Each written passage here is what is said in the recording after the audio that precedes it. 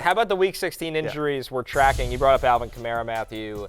He's very possible not playing this weekend with that groin injury, which, by the way, you're playing Stupid Dev in fantasy, who is really relied on Alvin Kamara. Some people are calling you the luckiest man in fantasy sports. Well, it's finally nice that something has gone my way in fantasy sports. It's been a long time. He also has Tony Pollard, who's next on the list. Dealing with his ankle injury that's lingered for a while now. Yeah, Stupid Dev has a very, very good team, very deep. He's still got he's got Kyron Williams, he's got Aaron Rodgers who's suddenly good. He shouldn't be getting fantasy points from Aaron Rodgers. I have Jaden Daniels who's going to have to face the Eagles tough listen, believe me, Dev is going to be just fine. I'm very nervous about our matchup. I'm very nervous.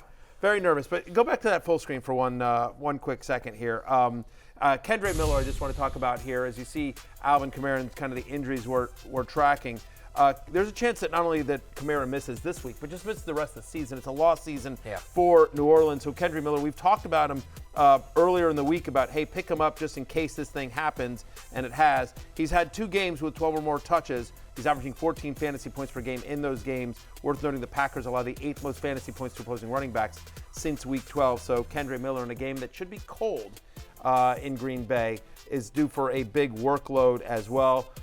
We got to get into, you see Isaac Guerendo there. We should talk about the Niners backfield a little bit. That news came out after we taped yesterday that that Guerendo is not expected to play this Sunday. Against the Dolphins. He's dealing with a hamstring injury, so you're the master of 49ers backfield roulette. Yeah. That's the one blessing of my fantasy season now being over in our league. I don't have to think about Patrick Taylor or Isaac Guerendo. But, I mean, we don't know what the situation is going to be, but I think Patrick Taylor is the safest option, quote-unquote safest. Yeah, I mean, look, he's got 70% of the non-Guerendo running back touches since McCaffrey went on IR. Remember, of course, him and Jordan Mason went on at the same time. So when Guerendo wasn't in there, 70% of the touches went to Patrick Taylor. He's the guy I have ranked the highest. But I do think you will see Izzy Abanikanda? Yeah. All right, there we go. You're skeptical every time. I'm never sure I can nail the name. Yeah. But I do, we like Izzy a little bit as a prospect. He's a great fit in the offense. Yeah, explosive outside zone speed. Yeah, so I could see this being, and you've also got Tampa Bay Buccaneers legend Keyshawn Vaughn in the mix there. Yippee. Yeah. Well, but by the way, there's also Kyle Juszczyk is probably going to all of a sudden get 3 carries or something like that. Maybe one in the, Debo on goal. Debo, exactly. So this just feels like, this is what I tweeted out. I have Patrick Taylor basically as a borderline top 30 play this week. So if you have to pick one, I suppose it's Taylor. I have a sneaky suspicion that Izzy could get hot, and that I feel like it's going to be a running back by committee, and Shanahan's just going to ride the hot hand. And I just actually like Abanikanda. Yes? There we go. Abanikanda. There we go. I actually like him better as a prospect than Taylor. I think Taylor's sort of just a guy. Exactly. And so I actually like Izzy's profile better. So it's just whether he can get on the field and get a shot here. I mean, games in Miami, the Dolphins are a top, over the last 4 weeks, the Dolphins are I had this, where's my note here? Oh, sorry.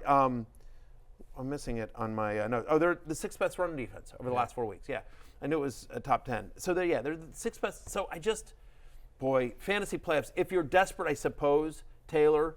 If you're, desperate, if you're in a crazy deep league and you want to take a flyer, I guess Izzy. But ideally, you're avoiding this backfield altogether until we see how it plays out. I would say it is extremely likely that Patrick Taylor is only going to give you what you want if he gets in the end zone. He's going to be goal line dependent, effectively. Yeah, a Gus Edwards-esque expectations. Yes. 14 for 50 feels right for Patrick Taylor with maybe on the 2 catches for 9 yards. Yeah, exactly. I was going to say 15, but yeah, I mean, I think something like that, and then you're going to need him to fall into the end zone. Yeah. It's the playoffs, and there's just so much uncertainty about the 49ers backfield, and all of this. To me, that's a big risk to take. If Guerendo was playing, you'd feel better about that because you know that he's been getting the majority of the workload. But now you're they're literally down to their 5th and 6th string running back. Yep. Good news if you've been waiting on Kenneth Walker's return because he was a full participant in Thursday's practice for Seattle. Bad news if you've been riding Zach Charbonnet to the fantasy championship.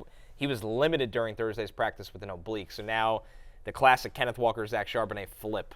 Yeah, Walker looks like he's going to get to go for the Seahawks and for live at noon on the cock. There you go. Man in fantasy sports. I have him against Stupid Dev. I have been writing Charbonnet into the finals of the semifinals of the Scott Fish Bowl. Ooh. Started with over 4,000 people. It's down to the final 250. I've actually made it in the 250. Josh Jacobs and Zach Charbonnet last couple of weeks have carried the team, so no Charbs for that squad. We'll figure that out. But yeah, I mean, Walker, I think you're firing him right up.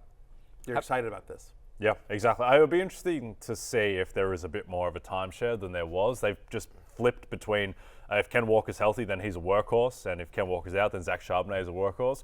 Sure seems like it would make more sense if they just kind of make a more even share, given that they're both banged up. But certainly Ken Walker is the guy that you want in this backfield now. The game's in Seattle against Minnesota. Minnesota hasn't been great against the run recently, and so, but Charbonnet being a little bit banged up, bodes well for Walker. Either way, though, I do think regardless of the status of Charbonnet, and yes, maybe lower expectations if he's fully active and maybe he's earned a bigger role, but feels like if Ken Walker's active, you're starting Ken Walker. Don't get cute. Yep. Don't get silly.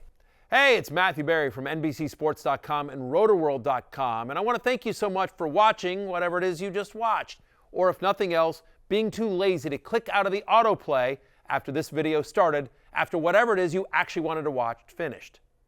But now that you're here, I'd like to take a moment here to ask you respectfully now, okay? I'm asking you respectfully to subscribe to the NFL on NBC YouTube channel.